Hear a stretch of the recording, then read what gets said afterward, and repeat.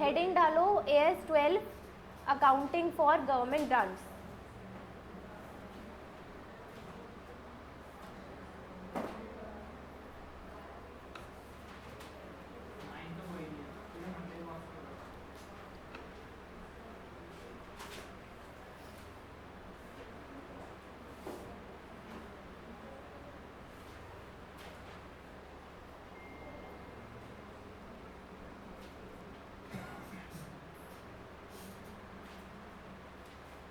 लिख लिया सबने? हाँ, कॉन्ट्रैक्ट रेवेन्यू कंप्लीट हो गया।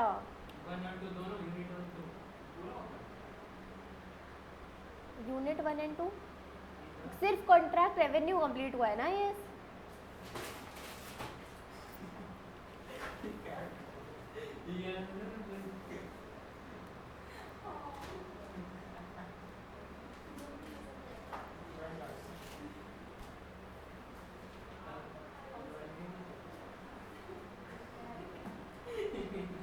प्लीज लिख लो भाई, लिख लो। ये लिखना है जो ये लिखा हुआ है।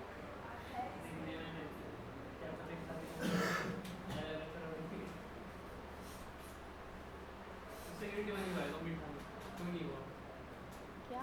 यूनिट 2 नहीं हुआ, एक AS कंप्लीट किया था हमने, पूरा चैप्टर कंप्लीट नहीं किया था। मैं वही तो बोल रही हूँ अभी आपको। AS कॉन्ट्रैक्ट रेवेन्यू की बात कर, कंस्ट्रक्शन कॉन्ट्रैक्ट की बात करी थी मैं बस।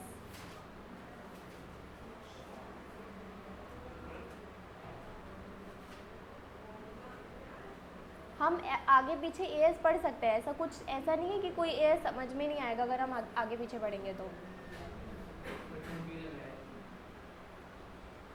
ये लास्ट है AS12, इसके बाद हम शुरू से स्टार्ट, मतलब जो जो हमारे बीच बीच के रह गए हैं वैसे करेंगे।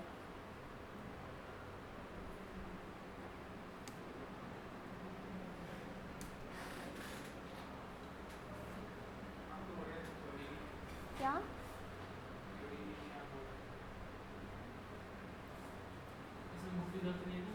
आपको तो कहीं जाना था? नहीं जाना अब?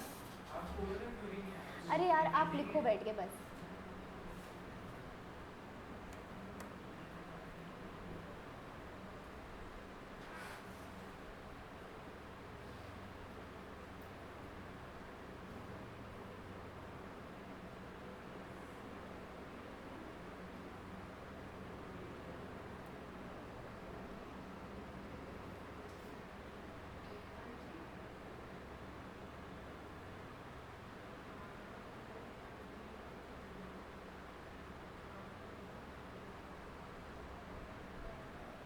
गवर्नमेंट ग्रांट क्या होता है? गवर्नमेंट की तरफ से हमें कोई सब्सिडी मिले, कैश इंसेंटिव मिले। ड्यूटी ड्रॉबैक क्या होता है? ड्यूटी ड्रॉबैक जैसे हमने कोई ड्यूटी पे कर दी और वो हमें वापस मिल गई, ड्यूटी पे करने के बाद हमें वापस रिटर्न हो गई, तो वो होता है ड्यूटी ड्रॉबैक। ठीक है, तो गवर्नमेंट की तरफ से कोई असिस्टेंस मिल रही है, गवर्नमेंट की तरफ से हमें कोई हेल्प मिल रही है। जैसे सपोज हमने अपनी फैक्ट्री किसी बैकवर्ड एरिया में स्टार्ट करी तो गवर्नमेंट सब्सिडी देती है नेचुरली।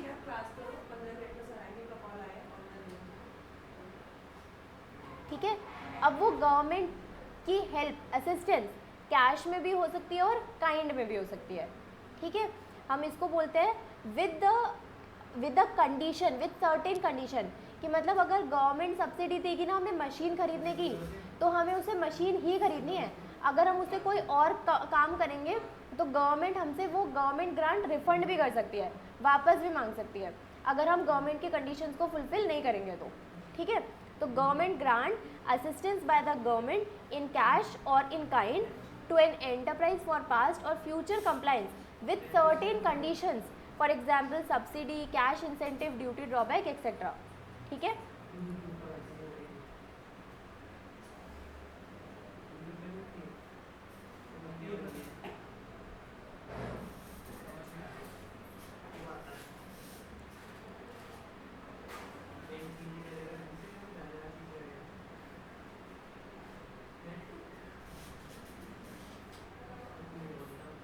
मयंक क्या क्लास के बाद पूछ लेना। अभी लिखो, जल्दी कंप्लीट करो, आज कंप्लीट करना है AS12। बहुत छोटा।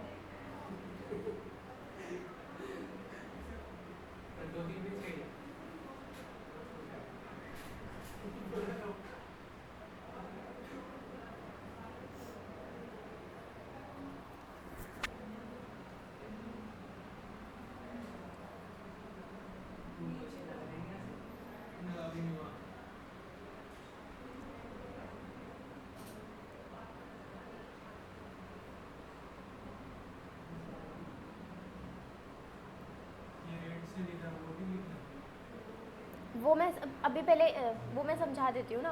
सबने गवर्नमेंट ग्रांट तक यहाँ तक लिख लिया?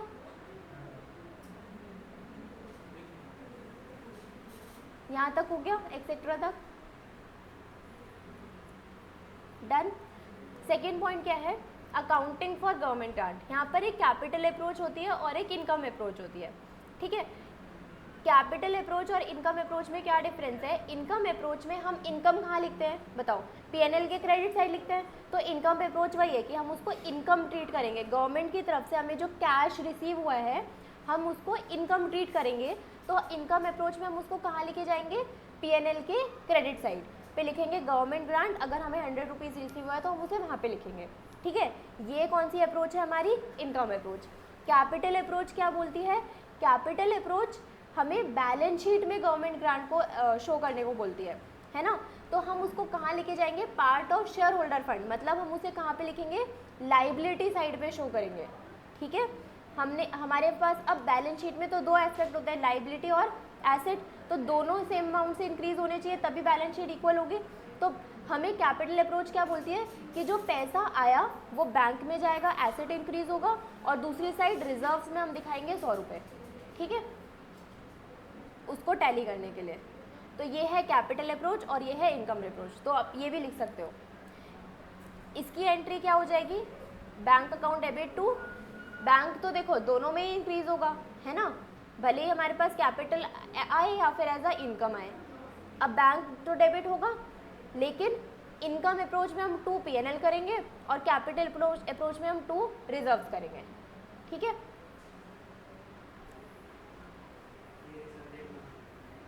क्या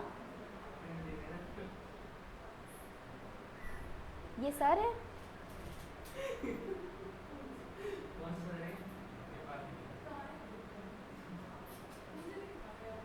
वो कोई लड़की थी।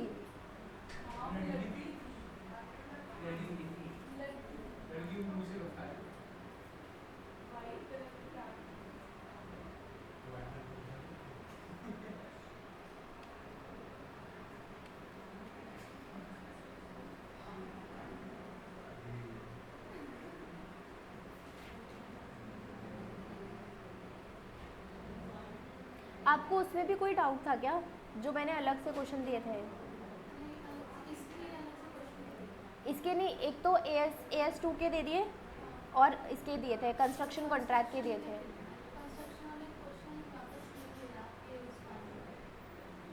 अच्छा मैं भेज दूँगी दोबारा।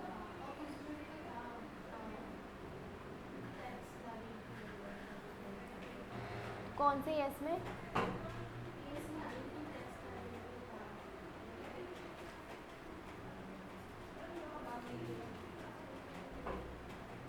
आप ना क्या किया करो, जैसे कभी पढ़ते पढ़ते डाउट हो रहा है ना, बस उसकी क्वेश्चन की फ़ोटो क्लिक करके मेरे को भेज दिया करो। क्या? हाँ कभी भी, किसी भी टाइम, रात में 1 बजे 2 बजे कभी भेजना, भेज देना, ठीक है। बस मैं देखूँगी थोड़ा कल, मतलब नेक्स्ट डे, लेकिन आप भेज सकते हो, ठीक है।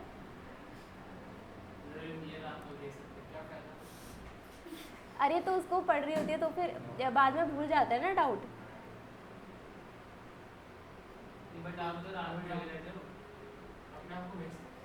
अगर मैं खुद का पढ़ रही हूँ और मैंने नहीं देखा तो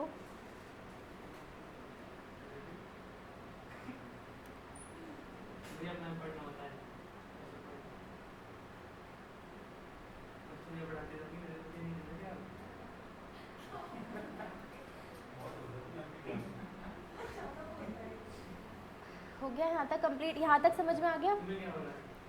मयंक आपको समझ में आया कुछ? क्या समझ क्या समझ में आया अभी तक?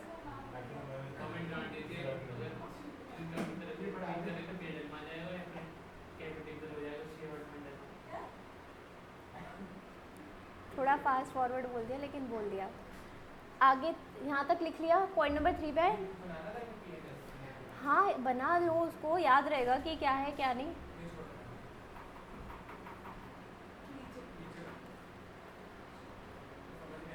एंड इसमें क्या समझ में नहीं आ रहा? इतना गंदा तो नहीं लिखा।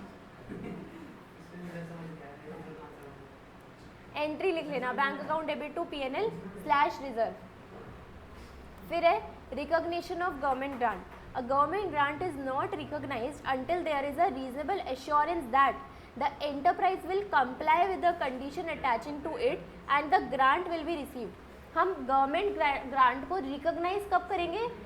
सिर्फ तब या तो उसके साथ जो कंडीशन अटैच है गवर्नमेंट ग्रांट के साथ, अगर हमें बोला गया है कि इसकी फैक्ट्री बनानी है या इससे मशीन ही खरीदनी है, इसे हमें सैलरी पे करनी है, जो भी कंडीशन अटैच है वो कंडीशन को हम कंप्लाई करेंगे या तो पूरी तरह 100%। और दूसरी चीज़ ये कि गवर्नमेंट ग्रांट हमें रिसीव होगी एक्चुअल में, ये कंफर्म है, तभी हम गवर्नमेंट ग्रांट को क्या करेंगे? रिकॉग्नाइज करेंगे।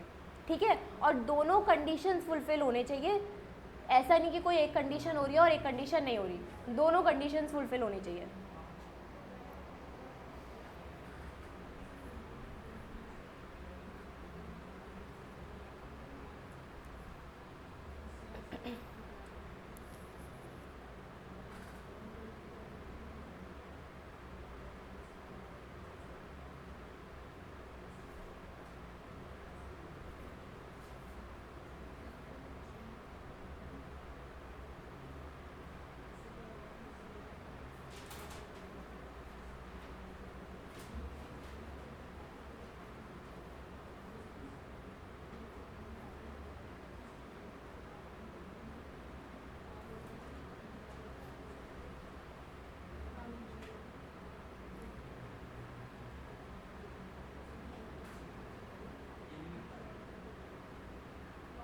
लिखना तो है ही, अगर लिख लिया तो कोई बात नहीं। हाँ तो लिख लिया, उसमें तो क्या दिक्कत है?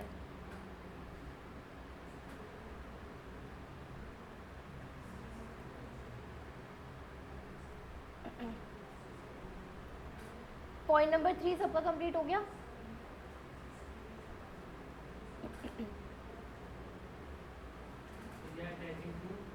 क्या? Attaching to it and B point the grant will be received. क्या?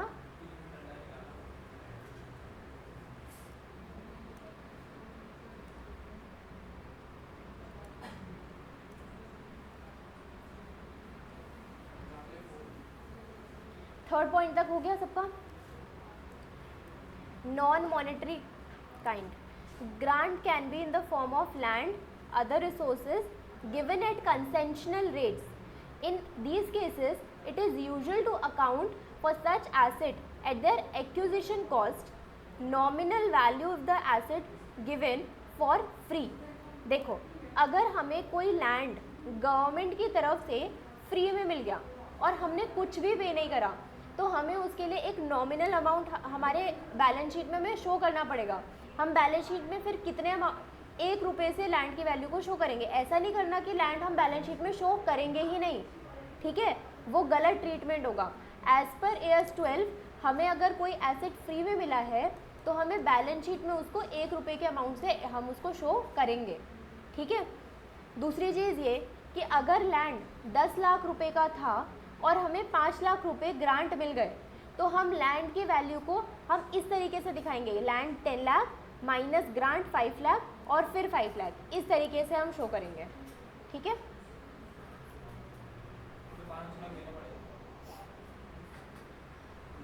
तो 10 लाख रुपए का लैंड था, गवर्नमेंट की तरफ से आपको 5 लाख रुपए रिसीव हुए लैंड लेने के लिए, तो आपको 5 लाख रुपए तो पे करने पड़ेंगे।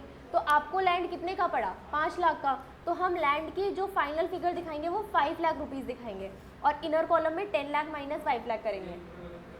क्या?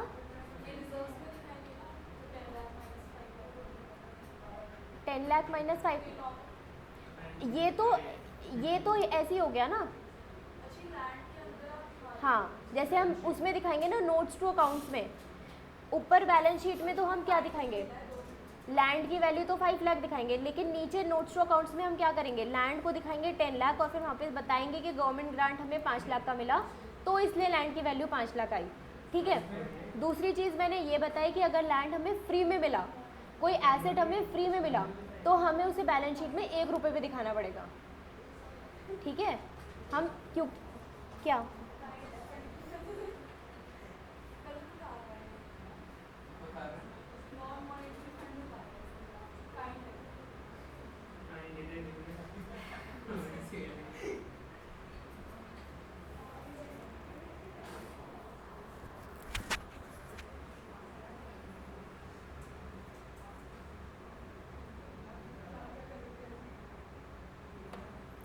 ध्यान ही नहीं है इसका।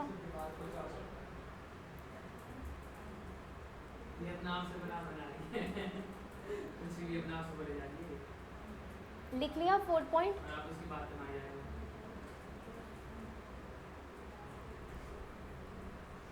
रूपम इस बैच की एक अकेली लड़की है ना, सपोर्ट करना पड़ता है। पिछले बैच में तो सलोनी बहुत सारी लड़कियां थी।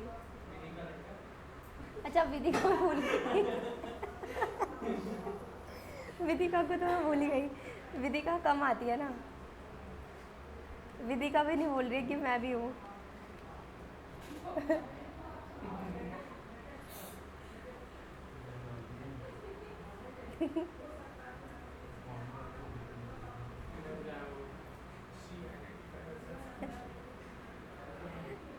गलती से बोल दिया।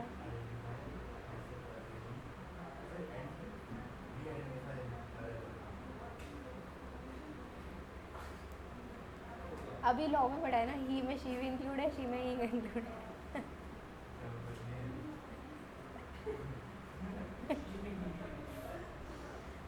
Fourth point complete. आगे प्रेजेंटेशन ऑफ ग्रांट के लिए हम 2 मेथड डिस्कस करेंगे। ठीक है, ये लिखना, ये मत लिखो, छोड़ो, रहने दो, प्रेजेंटेशन वो हम डिस्कस कर लेंगे।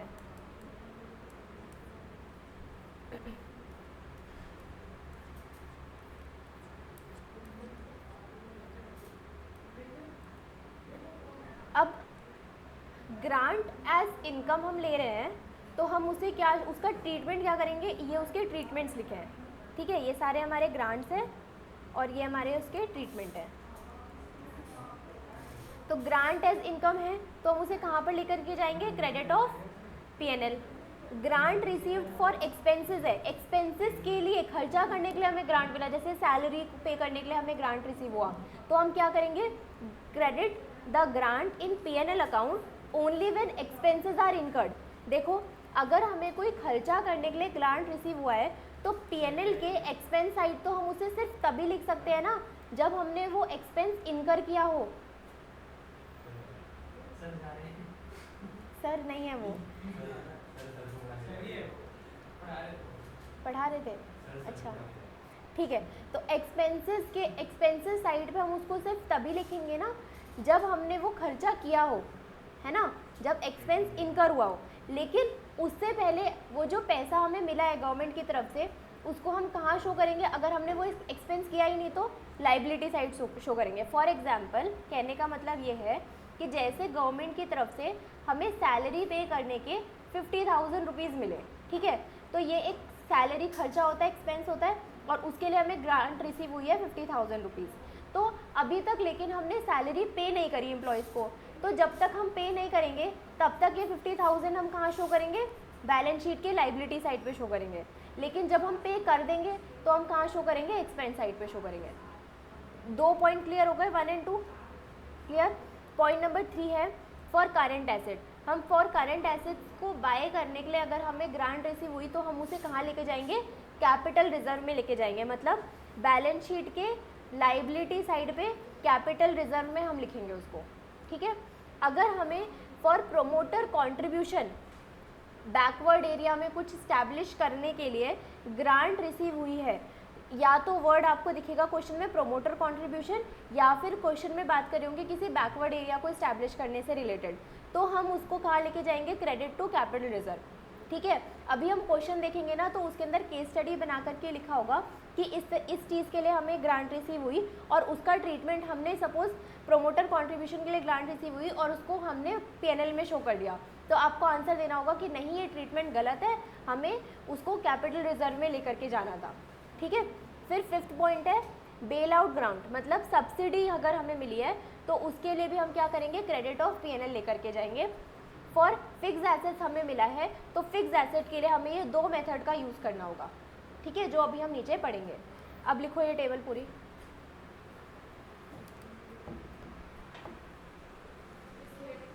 हाँ, समझ में आया सबको? पक्का सुन रहे थे ना आप लोग?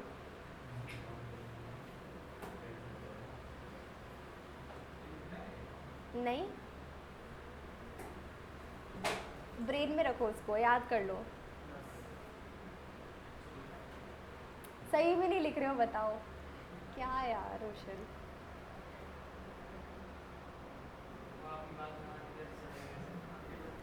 जब मैं बोलती हूँ कि बात मत करो तब तो मानता नहीं है। नहीं लिखना है ये एक बार में सुन लिया।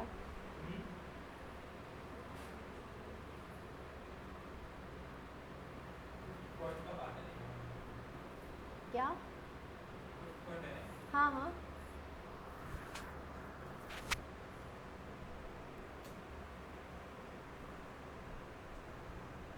एक क्रिश है बस बिना बात करे सुनता है इस बैच में। क्रिश समझ में आ रहा है ना?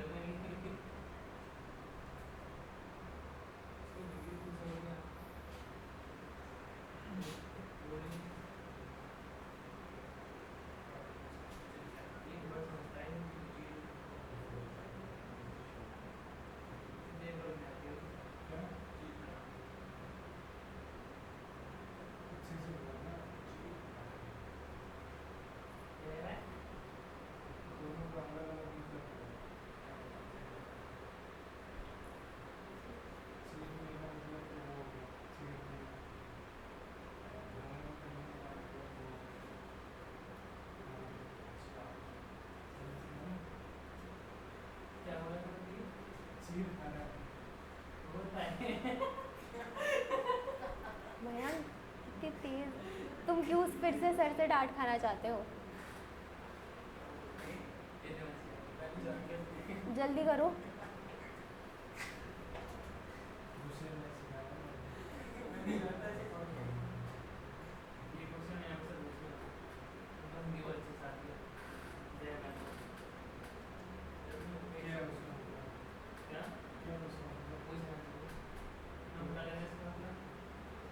किसका मतलब?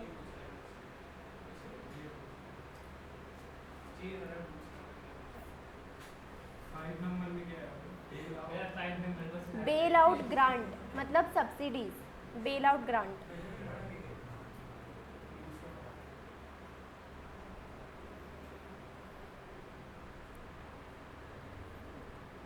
इतना ही लिखो।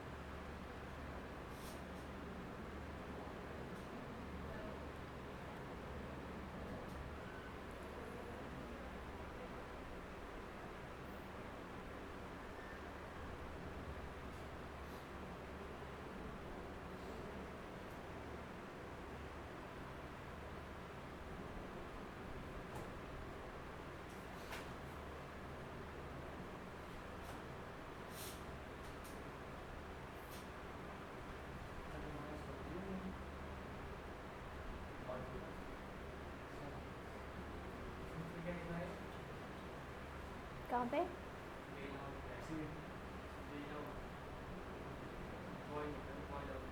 BAILOUT।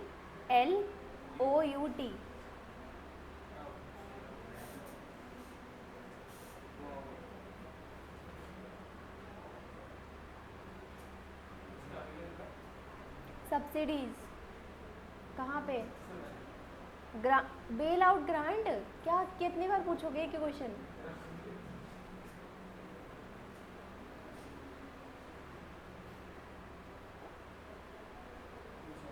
सर ने एसी बंद कर दिया।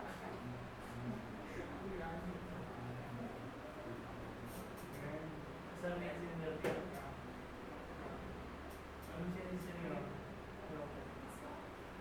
लिख लिया? पॉइंट नंबर 6 तक कंप्लीट हो गया?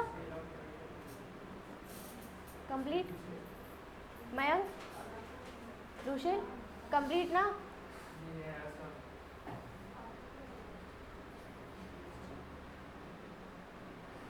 हो गया सबका? अब वो 2 में क्या? क्यों? पहले समझ लोगे तो लिखते लिखते थोड़ा अच्छा लगेगा ना आपको। 2 मेथड्स है, एक डिडक्टिव मेथड, ठीक है, और एडिक्टिव मेथड। डिडक्टिव मेथड में under this method fix assets are shown as costless grant receive. तो इस मेथड में हम क्या करते हैं ना, अच्छा चलो लिख लो, फिर इसको मैं एग्जाम्पल से ही समझाऊंगी। लिख लो, जल्दी लिखो।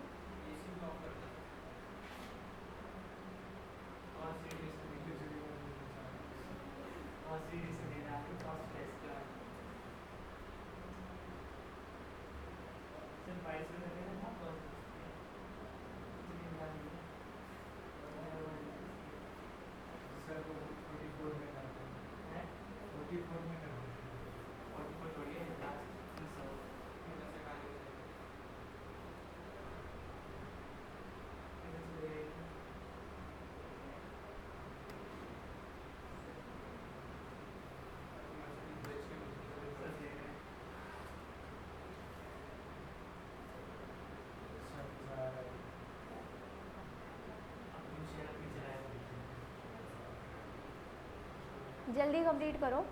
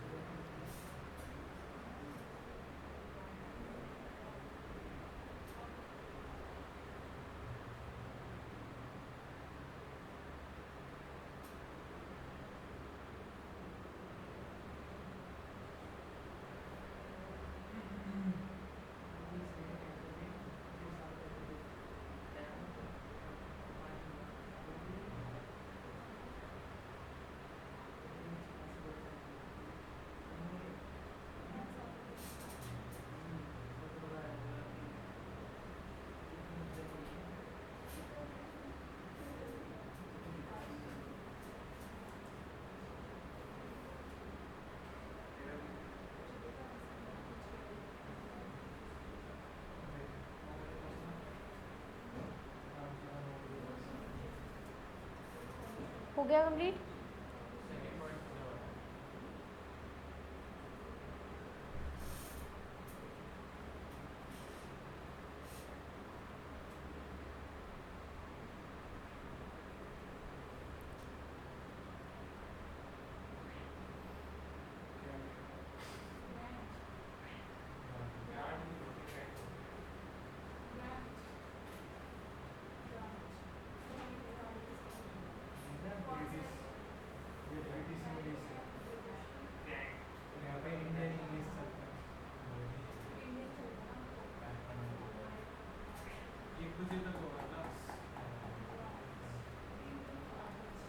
हो गया कंप्लीट? मैं सुना लो सबसे पहले प्रोनाउंसिएशन सबको। लिख तो बाद में भी सकते हैं।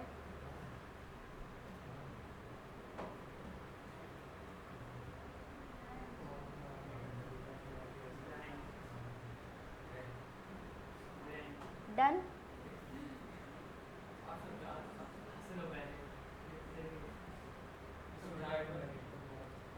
लिखो example 1, grant receive 1 lakh, fixed asset 1,50,000, asset की कॉस्ट थी 1,50,000, ग्रांट हमें रिसीव हुआ 1 लाख रुपए, डेप्रिसिएशन है एसेट पे 10%।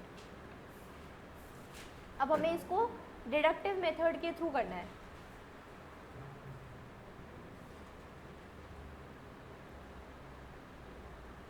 कौन से पॉइंट पे हो?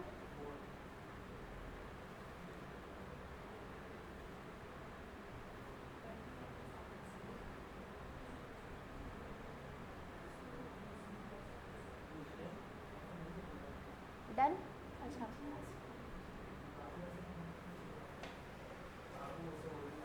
ठीक है। देखो फर्स्ट पॉइंट क्या लिखा था, under this method, deductive method में हम क्या करते हैं, fixed assets are shown as costless grant receive और depreciation is charge after the deduction of grant.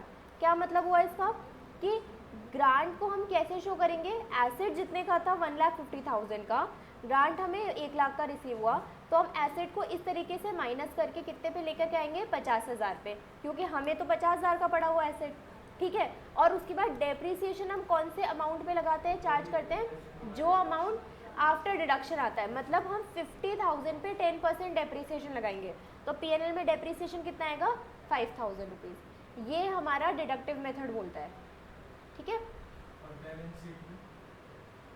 Balance sheet है ये, तो balance sheet, balance sheet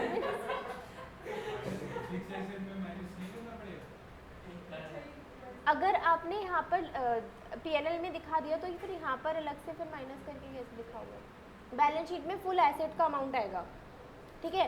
depreciation यहाँ पे, प्रोविजन फॉर डेप्रिसिएशन अगर दिखा दे ना कभी कभी, वो नहीं दिखा रहे हम, वो एक्यूमुलेटेड डेप्रिसिएशन होता है, प्रोविजन फॉर डेप्रिसिएशन। जो हम ईयर वाइज डेप्रिसिएशन लगाते हैं ना, वो ऐसे पीएनएल में शो करता है।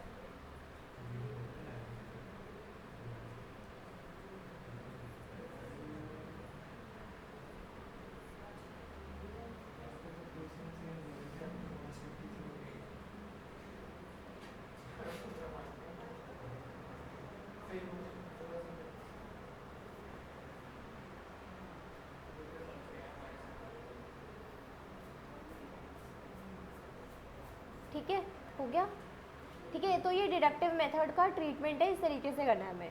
अब दूसरी चीज़ क्या है कि अगर ग्रांट और कॉस्ट एक दूसरे के बराबर है, ठीक है, तो फिर हमारे पास तो एसेट हमें ज़ीरो वैल्यू का पड़ा, एसेट के लिए तो कोई अमाउंट हमने पे नहीं करी, तो हम एसेट को हम किस वैल्यू पे शो करेंगे, नॉमिनल वैल्यू पे शो करेंगे।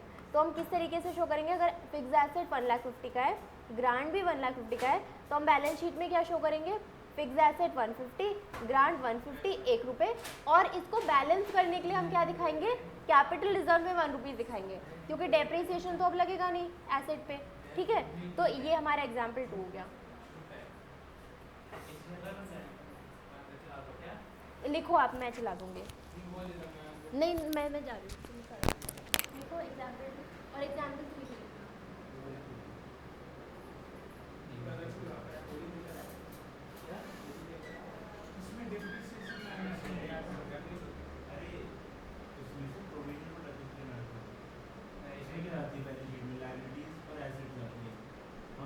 नॉर्मल फाइनल अकाउंट्स में भी नॉर्मल में हम प्रोविजन में ऐसे प्रोविजन क्या है, प्रोविजन तो नीचे एबिलिटी है, देगा एबिलिटी है, प्रोविजन जैसे लायबिलिटी है और डेप्रिसिएशन जैसे एक्सपेंस है।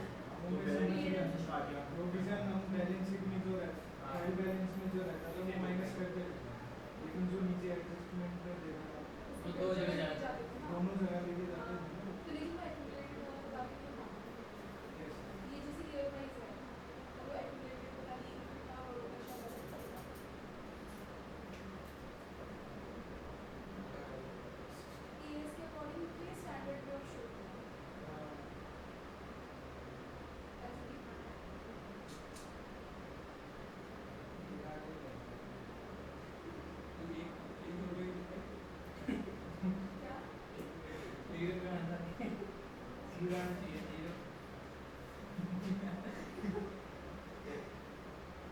मैथमेटिक्स में चेंज करना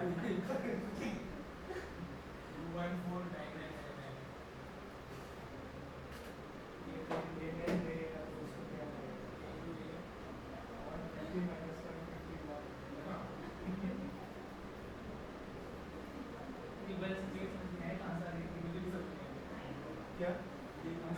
क्या से मैम कह रही थी ना तभी 1 पे दिखाना पड़ता है अगर फिफ्टीन में मिलता है ऐसे रहेगा तुम्हें तो किसी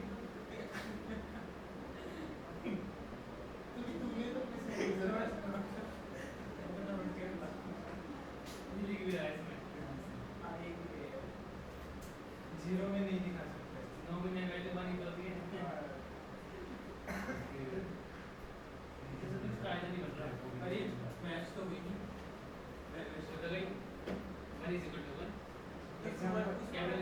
एग्जाम्पल 3 तो और बेहतर है इसको ऐसे भी है एक आ जाएंगे पढ़ लेंगे क्या हो गया इसे दोनों मैथ्स करना इसका खुद का प्रेशर है इसके में तो क्लास लग गई अब शक्तिमान थोड़ी हो लक्ष्मण नगर से आ रहे हो तो और भाई आ गए आप क्या बोला सर कहाँ था सर ने एक घंटा बाद लिख दी थी पता नहीं चलता है ऐसा बहुत गिरने से आ रही यहाँ तक लिख लिया? ये बन कैसे आ रहा आप मन के साइड पहुंच गया है यहाँ पे वन वही तो मैं बता के गई थी अभी कि डिडक्टिव मेथड क्या बोलता है कि if grant is equal to cost तो asset will be shown at nominal value. हम यहाँ पर मतलब कहने का मतलब है कि ज़ीरो नहीं शो कर सकते हैं ना, तो हम 1 रुपये शो करेंगे। 1 रुपये से क्या हो जाएगा, यहाँ पे कुछ तो अमाउंट होना चाहिए, है ना। तो इसलिए लॉजिक ये है कि हम ऐसा नहीं कर सकते कि हमने कोई फिक्स एसेट हमारे पास एग्जिस्ट करता है। देखो आपके पास बिल्डिंग में एक फिक्स एसेट है, एक मशीनरी है, ठीक है। 1,50,000 रुपये का आपने अपनी बिल्डिंग के अंदर एसेट रखा हुआ है और आप उसको अपनी बैलेंस शीट में ही शो नहीं कर रहे हो, तो ये गलत है ना, है ना। अगर कोई ऑडिट भी आपके पास ऑडिट करने आएगा तो वो नहीं बोलेगा कि ये एसेट आपके पास रखा है और आपने बैलेंस शीट में ही शो नहीं करा, तो ये गलत ट्रीटमेंट हो जाएगा ना उसको करने का। तो इसलिए आपको उस एसेट को शो करना पड़ेगा और वहाँ पर बैलेंस शीट में ये शो करना पड़ेगा कि आपको उसके अगेंस्ट ग्रांट रिसीव हुई है, ठीक है। तो इसलिए हम बैलेंस शीट में हम शो करें, इसलिए हम उसको 1 रुपये से शो कर रहे हैं और बैलेंस करने के लिए कैपिटल रिजर्व में 1 रुपये दिखा दिया, ठीक है। फालतू नहीं है। डेप्रिसिएशन क्यों नहीं माइनस कर रहा 1 रुपये पे डेप्रिसिएशन क्या लगाओगे? ऊपर वाले इसमें फिक्स एसेट हमने देखो इसी साल खरीदा है ना 50,000 रुपये का, तो ये 50,000 हो गया। फिर हमने डेप्रिसिएशन 5,000 रुपये दिखा दिया। अब नेक्स्ट ईयर वो एसेट 45 का होगा ना और फिर डेप्रिसिएशन और लगेगा। वो तो जो हम बैलेंस शीट में डेप्रिसिएशन लिख रहे होते हैं वो तो प्रोविजन फॉर डेप्रिसिएशन होता है ना, जो हमारा वो एक्यूमुलेटेड वाला डेप्रिसिएशन होता है, ऐसा कुछ होता है। नहीं, ये बस हमारा एक्सपेंस है, नॉन कैश एक्सपेंस है, ठीक है। और वो non cash expense balance sheet में नहीं, हम बस यहाँ पीएनएल में शो करेंगे 5,000 रुपये।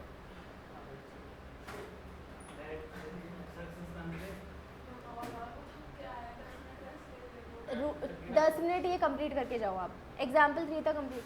सर को बैठने दो थोड़ी देर। फिक्स एसेट का कॉस्ट था 1,50,000, ग्रांट हमें रिसीव हुआ ज़्यादा, 2 लाख रुपए का ग्रांट रिसीव हुआ, ठीक है। तो हमने फिक्स एसेट खरीदा 1,50,000 का, ठीक है, लेकिन हमें ग्रांट कितना का रिसीव हुआ 2 लाख का, तो हम ये माइनस में शो करेंगे, ठीक है। और हम फिर लाइबिलिटी साइड में दिखाएंगे अनएक्सपेंडेड ग्रांट 50,000।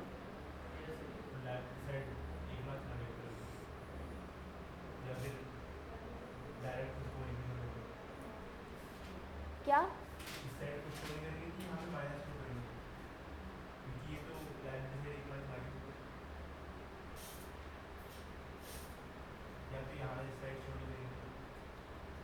हमारे पास बैंक भी तो इंक्रीज हुआ होगा ना, उससे वो हो जाएगा, इक्वल हो जाएगा।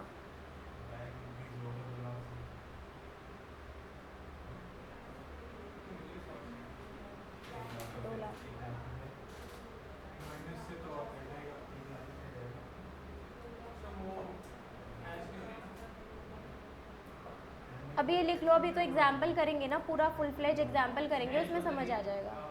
या फिर वो होगा एक तरह से 50,000 माइनस 50,000 देखो इसमें treatment, if grant is more than cost then excessive grant is shown under liability as unexpended grant. ठीक है, लॉ तो हमारा ये बोलता है, तो उसके अकॉर्डिंग हमने ये करा है।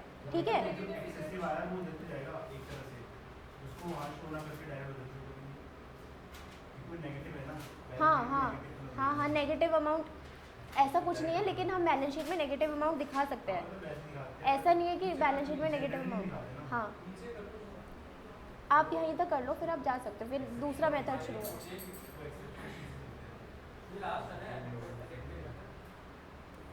हाँ इसमें भी एग्जाम्पल है ना।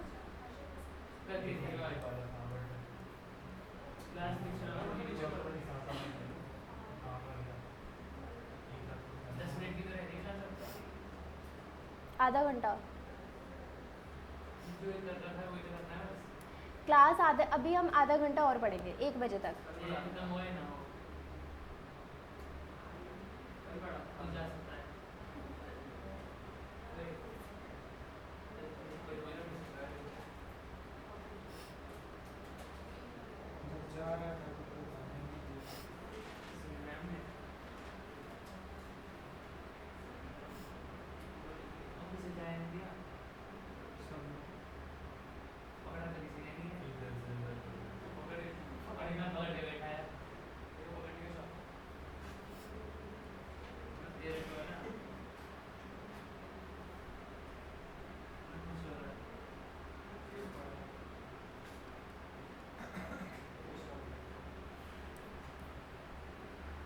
हो गया?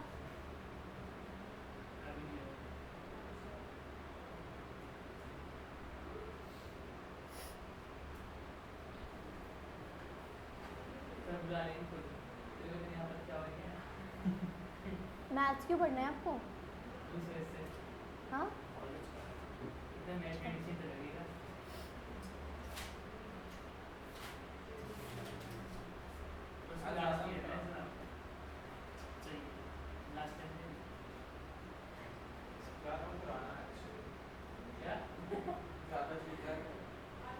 लिखिए,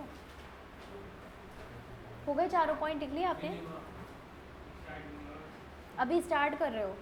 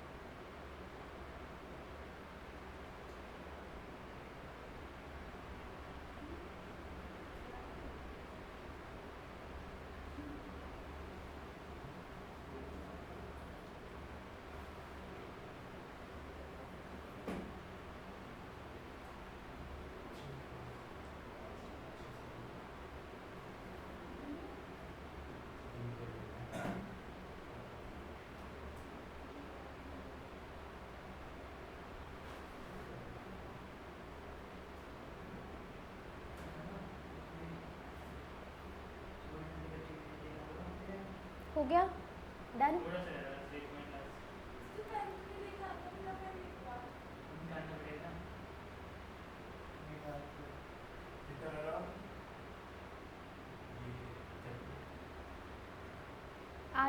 आज तो नहीं हो पाएगा शायद आधे घंटे में।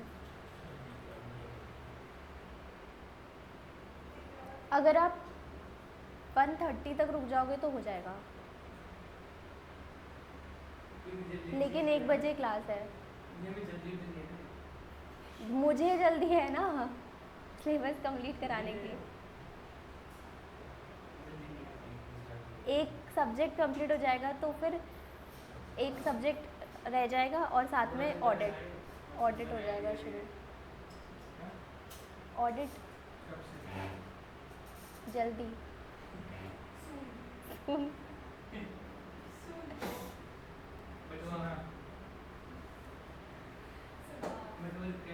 लिख लिया यहाँ तक आप सबने?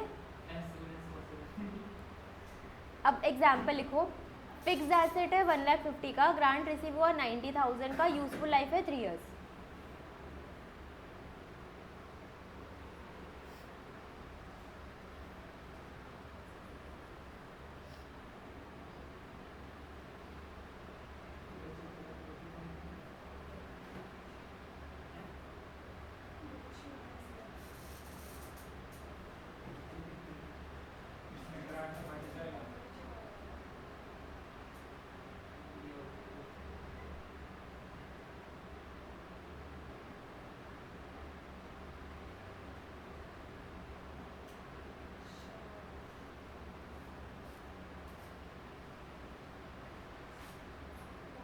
ठीक है, तो हमने क्या करा, बैलेंस शीट में तो फिक्स एसेट हम कितने का लेकर के आए, कॉस्ट पे हमें रिकॉर्ड करना है। ठीक है, यहाँ पे ग्रांट माइनस नहीं करना है इस मेथड में, एडिक्टिव मेथड पे हम फिक्स एसेट को किस पे शो करेंगे, कॉस्ट पे शो करेंगे, और ग्रांट को एज डेफर्ड ग्रांट दिखाएंगे। डेफर्ड एक्सपेंडिचर होता है ना जो आगे, हाँ, वैसे हम इसको डेफर्ड ग्रांट के थ्रू दिखाएंगे 90,000।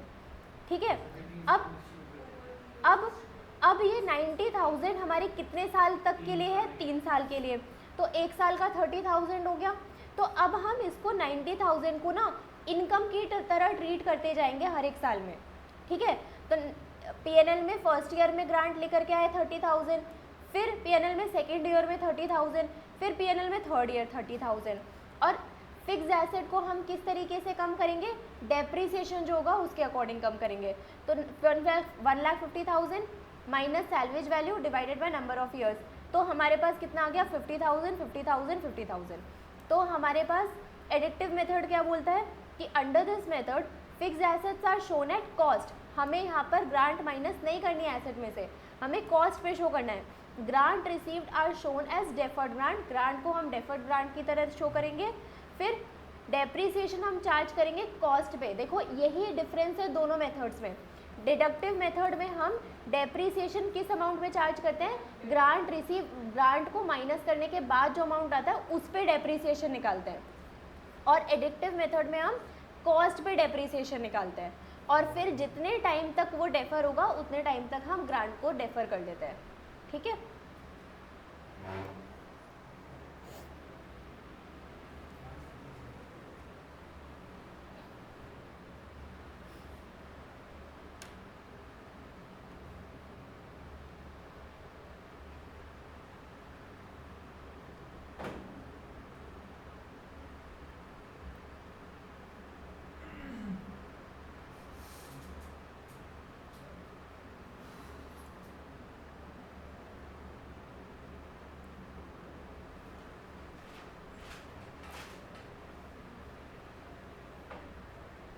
लिख लिया, हो गया, लिख लिया सबने?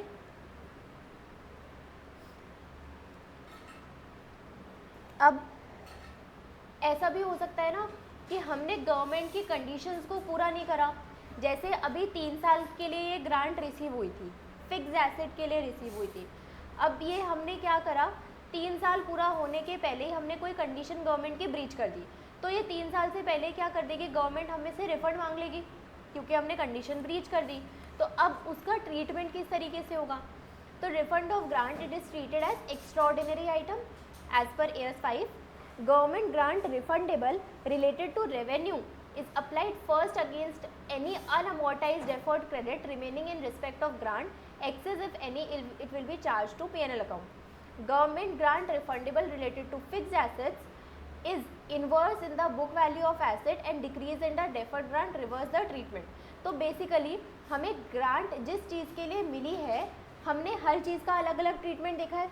अभी हमने टेबल बना करके देखा था ना कि अगर ग्रांट हमें करंट एसेट के लिए मिली है तो उसका ट्रीटमेंट ये करना है, फिक्स एसेट के लिए मिली है तो उसका ट्रीटमेंट ये करना है।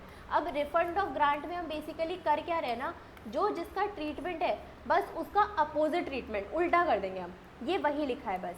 ठीक है। Government grant related to promoter contribution reduce हो जाएगा कैपिटल रिजर्व से, क्योंकि हम उसको डालते थे किसमें, कैपिटल रिजर्व में। तो बेसिकली हम क्या लिख रहे हैं यहाँ पर कि अगर कोई ग्रांट पीएनएल में जाती है तो उसको पीएनएल से माइनस करो, कोई ग्रांट कैपिटल रिजर्व में जाती है तो उसको कैपिटल रिजर्व से माइनस करो।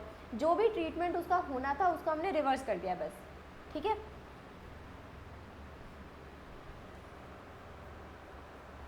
रिफंड पे अभी हमें प्रैक्टिकल क्वेश्चंस करना है, तो आपको और अच्छे से समझ में आ जाएगा।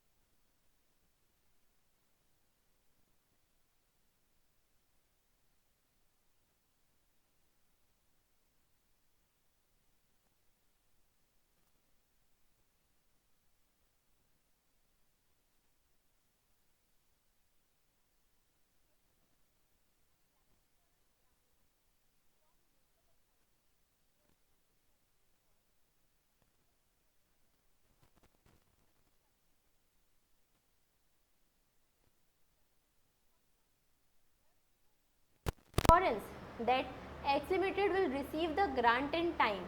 However, after having applied for the grant, there is likelihood that X Limited may not be able to meet all the conditions attached to the grant. अभी हमने एक पॉइंट लिखा था कि हमें 2 कंडीशंस को फुलफिल करना है गवर्नमेंट ग्रांट को रिकॉग्नाइज करने के लिए. वो 2 कंडीशंस कौन कौन सी थी? एक ये कि हमें ग्रांट रिसीव होगी ही होगी, और दूसरी कंडीशन थी कि गवर्नमेंट ग्रांट के साथ जितने भी कंडीशंस अटैच है उसको हमें फुलफिल करना होगा. अब क्वेश्चन में लिखा है कि ग्रांट तो रिसीव हो जाएगी, लेकिन इसके चांसेस हैं कि हम सारी कंडीशंस को फुलफिल ना कर पाए. तो क्या हमें गवर्नमेंट ग्रांट को रिकॉग्नाइज करना चाहिए? नहीं करना चाहिए. तो in such case X limited should not recognise the grant in its book until there is reasonable assurance. जब तक कि एश्योरेंस नहीं होगा कि हम सारी कंडीशंस को मीट कर सकते हैं, तब तक वो रिकॉग्नाइज नहीं कर सकता ग्रांट को अपने बुक्स ऑफ अकाउंट में. ठीक है. अब example second. X convent wishes to open a school in locality A. It applies to the state authority for the grant of land. तो वो क्या खोलना चाहते थे? स्कूल खोलना चाहते थे. उसके लिए गवर्नमेंट से लैंड के ग्रांट के लिए रिसीव अप्लाई करा. The state authority grant the land for construction of the purpose of the school construction. The market value of land is 20 crore. whereas however the authority provides the land at nominal cost of 50 lakh. तो 20 करोड़ की ज़मीन हमें कितने में मिली? 50 लाख. ठीक है. बाकी का क्या मिल गया हमें? ग्रांट रिसीव हो गया including the cost of registration. The state authority requires free education. अब उन्होंने कंडीशन क्या रखी है? पहली बात तो उन्होंने हमें लैंड एक नॉमिनल अमाउंट में दी, मतलब 20 करोड़ की लैंड 50 लाख पे हमें मिल गई.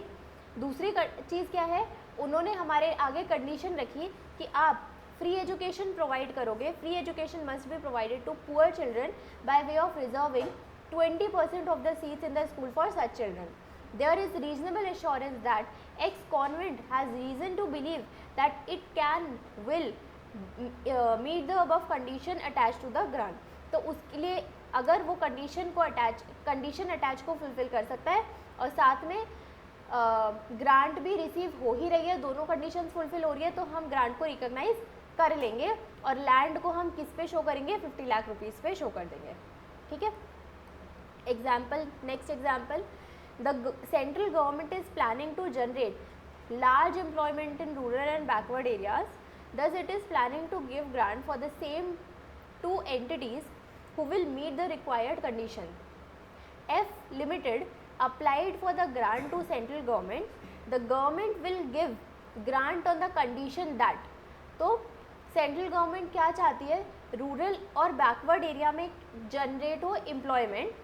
उसके लिए एफ लिमिटेड ने ग्रांट लेने के लिए अप्लाई किया और government will give grant on a condition. F limited को किस कंडीशन पे ग्रांट मिलेगी?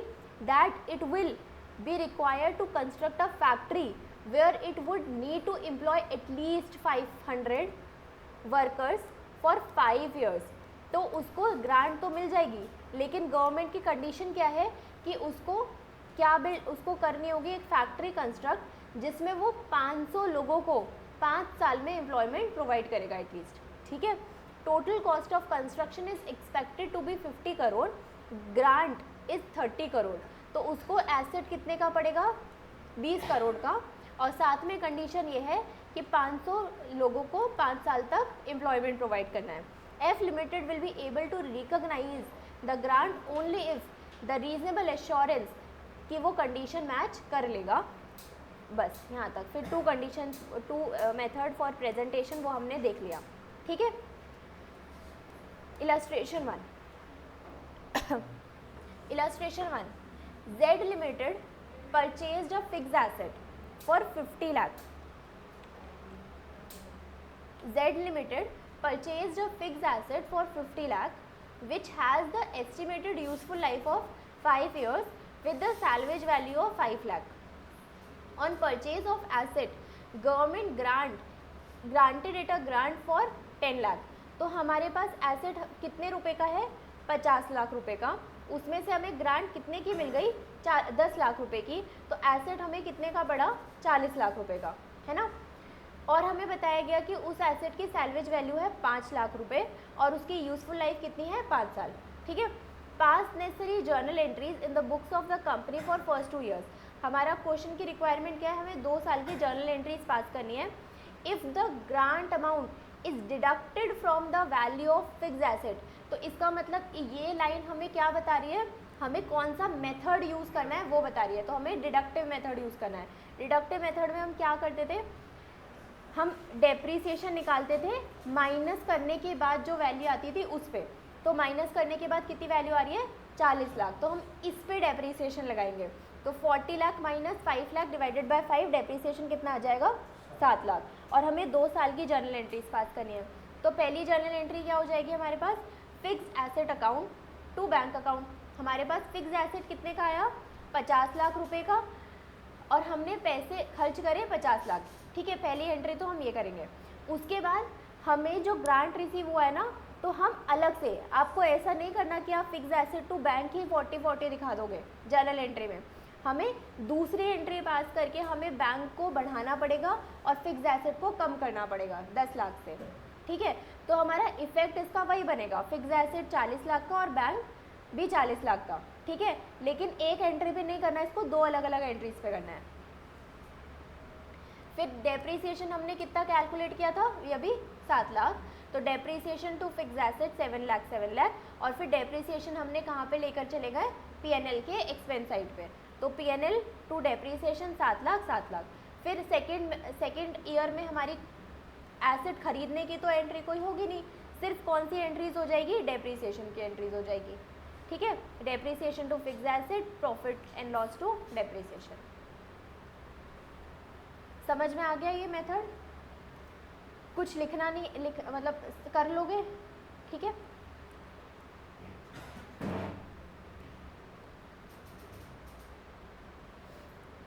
इलस्ट्रेशन नंबर 2 में सेम क्वेश्चन है, बस हमें इसको अब किस मेथड से यूज़ करना है, डेफर्ड इनकम की तरीके से। मतलब हमें कौन सा मेथड लगाना है यहाँ पर, एडिक्टिव मेथड लगाना है, ठीक है। एडिक्टिव मेथड में हम क्या करते थे, कॉस्ट पे डेप्रीसिएशन कैलकुलेट करते थे। तो मतलब हम किस पे डेप्रीसिएशन कैलकुलेट करेंगे, 50 लाख की वैल्यू पे करेंगे। तो हमारा डेप्रीसिएशन कितना आएगा, 50 lakh minus 5 lakh divided by 5, 9 lakh rupees आएगा, ठीक है। फिर उसके बाद हमें क्या करना होगा, हम बैलेंस शीट में फिक्स एसेट दिखाएंगे 50 लाख का और बैलेंस शीट में डेफर्ड एक्सपेंडिचर दिखाएंगे 10 लाख का। एक काम करो, इसमें भी जर्नल एंट्रीज करी हुई है, आप बस अपने कॉपी में ना ये वाली कैलकुलेशन करके रख लो कि डेप्रीसिएशन ऐसे बैलेंस शीट में ऐसे दिखाना है, पीएनएल में ऐसे दिखाना है, ठीक है। एक थोड़ा सा लिख लोगे तो क्या, थोड़ा सा ही तो लिखना है। इलस्ट्रेशन 2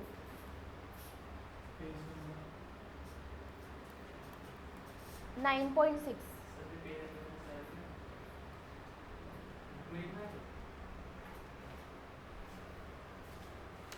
आप बुक लाए हो, खोल रखी है, तो उसको क्यों बोल रहे हो बुक भी नहीं खोली, आपकी भी तो बुक बंद है और उसको बोल रहे हो बुक नहीं खोली, क्या बोला इसने,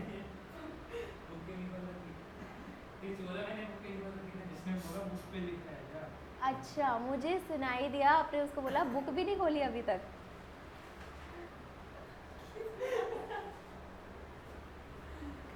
अब इसमें इतना तो फनी क्या हो गया,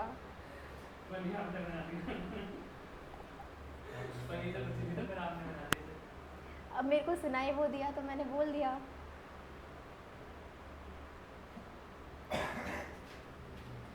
हाँ, तो एडिक्टिव मेथड में सबसे पहली बात डेप्रीसिएशन हमारा ये कैलकुलेट हो गया, ठीक है।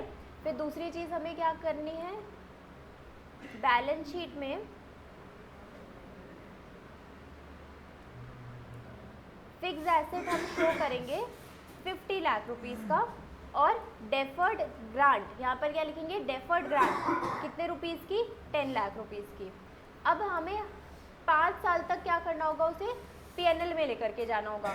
तो अगर हम पीएनएल बनाएंगे फर्स्ट ईयर का, पीएनएल बनाएंगे फर्स्ट ईयर का, तो हम किस तरीके से दिखाएंगे,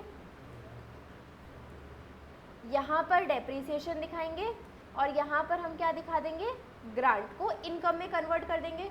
तो 10 लाख डिवाइडेड बाय 5 कितना हो जाएगा, 2 लाख, और 50 लाख का जो हमने डेप्रीसिएशन कैलकुलेट करा था वो कितना था, 9 लाख। तो इस तरीके से हमें 5 साल का पीएनएल सेम बन जाएगा। ठीक है।